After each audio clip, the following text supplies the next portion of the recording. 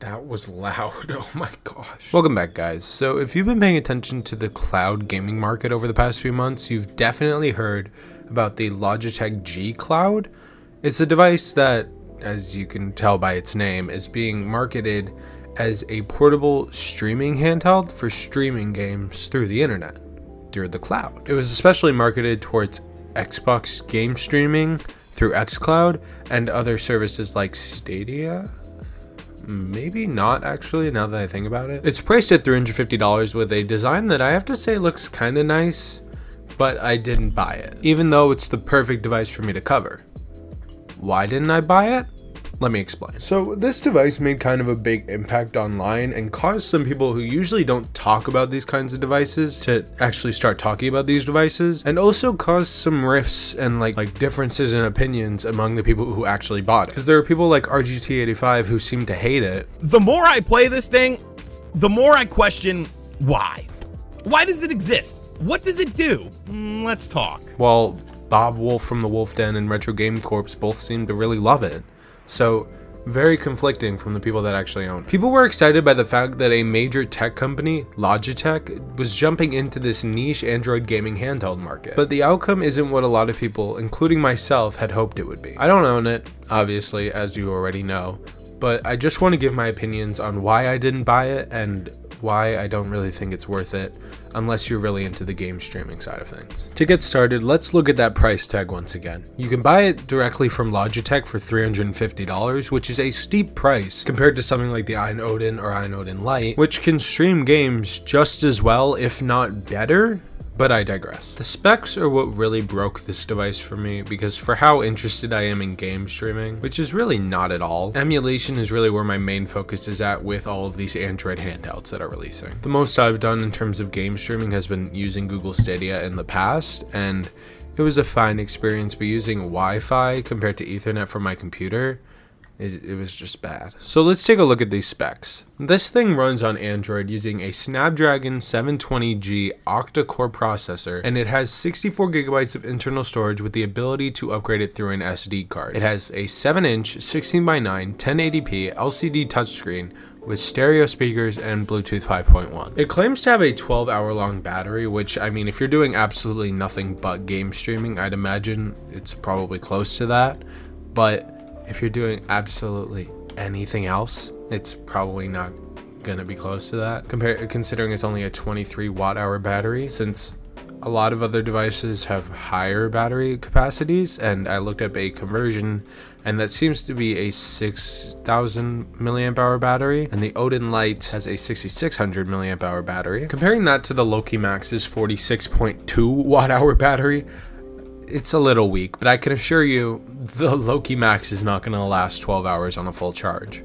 It's also running Windows compared to Android, so that's going to be more power consuming, and running Android is just going to last longer compared to a Windows handheld. So having a big battery in a Windows handheld is good to compensate. It's just a noticeable difference when looking at specs alone. Taking a look at these specs compared to the Odin Lite, which, may I remind you, is $150 cheaper, they're actually much more comparable than you'd think. They both have 1080p LCD displays. Granted, the G Cloud screen is 7 inches compared to like 5.98 inches on the Lite, but it doesn't make much of a difference. They both have 4 gigabytes of RAM, both run an Android 11, and both have 8-core processors. There's actually more power in the Odin Lite compared to the G Cloud, considering the Odin Lite beats it in terms of battery capacity, CPU, Bluetooth, like the Bluetooth chip, and the Wi-Fi chip. The Wi-Fi chip seems very important considering it's a freaking cloud handheld, cloud gaming based handheld. It has a Wi-Fi 5 chip, while the Odin Lite has a Wi-Fi 6 chip with the ability with LTE. I don't know, can the G Cloud, does the G Cloud have like 4G?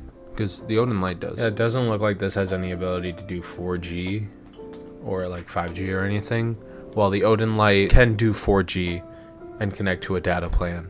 So if you want to play something outside the house and like stream a game, it'll be better, because like you have to be connected to a Wi-Fi network for the Logitech G Cloud, but you don't for the Odin Lite if you have data on it. So, and it's interesting that the device not geared towards cloud gaming and more towards Android gaming, the Lite, has a better Wi-Fi chip.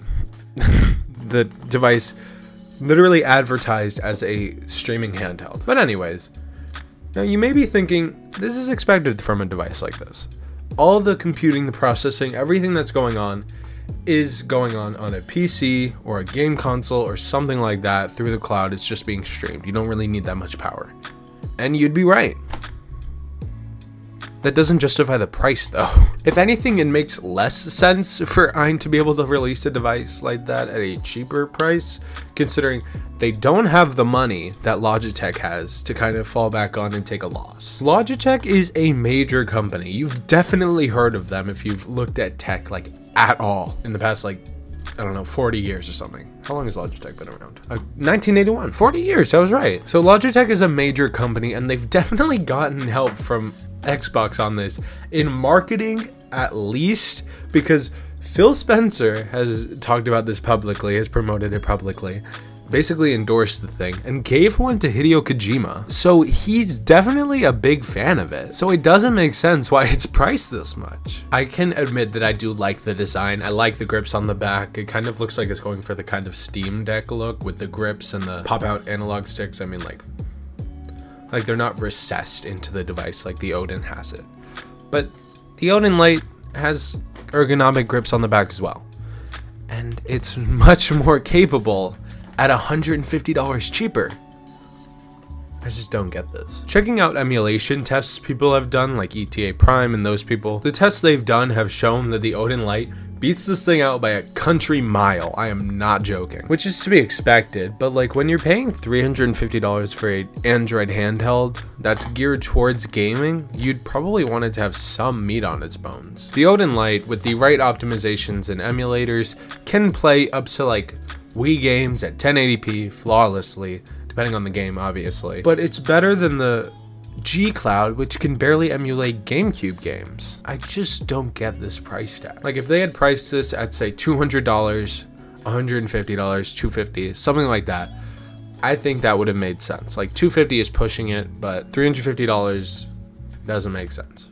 And even at $200, I probably would have just said to stick with the Odin Lite. But at the same time, it's a company, it's a major tech company making a device like this, so they probably had some incentive to aim high. But anyways, I'm not big into cloud gaming, especially not Xbox cloud gaming, at least not right now anyways. So I'm not in the target audience for this thing, but I just don't see the value in this for me or for people who don't really care about cloud gaming, especially not for emulation, considering there are much more capable devices. Do I need to keep bringing up the Odin Lite? But since my channel is more emulation focused, it really doesn't make sense for me to buy this thing. You know, I could probably make a video exaggerating how much I dislike it, but after a week, it would just start collecting dust on my desk because I just have so many other devices that I'd prefer to use, and I don't want to have it if I don't have a purpose for it. Like, I haven't used the Retroid Pocket 3 much since I got my Steam Deck, but this thing does serve a great purpose, and I know that if I ever have like some time to just play a short game, or I want to bring something and only really play 2D games, this is the device to do it because of its small form factor, how pocketable it is, and things like that. Whereas if I want to play like GameCube or Wii, but I don't want to take around the Steam Deck because of how big it is, I have the Odin Pro, and if I want to play Steam games, I have the Steam Deck. So this thing wouldn't really serve a purpose for me. Being negative does play well for the YouTube algorithm, but at the same time, I feel like it would be disingenuous for me to buy a device just to hate on it a bunch.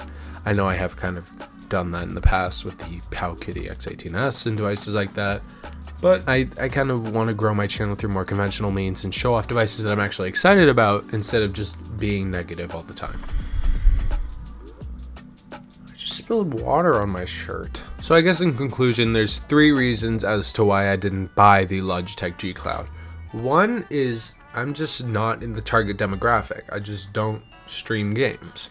Second is the lack of power, and third is the price. I can understand why people would like this device. I can understand that it has a place in the market and why people would want to buy it. It's just not for me, and I just don't see the value in it, especially when there are devices cheaper that run Android that have better Wi-Fi chips and can also stream games. I just don't get it. And also I can see why Logitech making a handheld and having it kind of endorsed by Phil Spencer and having Hideo Kojima have one can make it seem more legit in the eyes of many and can make people like it more, I guess. Like want to buy it more because it's Logitech. It's a company they've seen before. They trust Logitech compared to these Chinese companies, which should always have some reasonable doubt in their production quality. But at the same time, I just don't get it. I've mentioned the Odin Light so many times, but this device is good for the design and the battery life, and if you're actually really interested in like xCloud game streaming and stuff like that. But if you're looking for something cheaper, the Odin Light still has a good design. It's still probably comfortable to use considering the Odin is comfortable to use and they have the exact same dimensions. And the Odin Light has a better Wi-Fi chip. I don't know, I guess I'm just not in this device's core demographic. I'm not a big fan of game streaming, and I don't play Xbox games, which I guess those two kind of culminate to me not really seeing the value in this device. Which is probably my whole issue. I guess it's just not for me. I'm glad I didn't buy it, because it wouldn't make for a good review anyway. But are you gonna buy it? Do you have a different opinion than me? Do you feel like I left something out that would kind of change my opinion? Let me know in the comments down below, and I'll read them. I don't have a life. What do you think? Like and subscribe. I will see you next week with something. I don't know, 2 uploads in 1 week? Bonkers, I know. Considering sometimes I fail to upload once in a week. It's crazy. I'll see you next week. Bye-bye.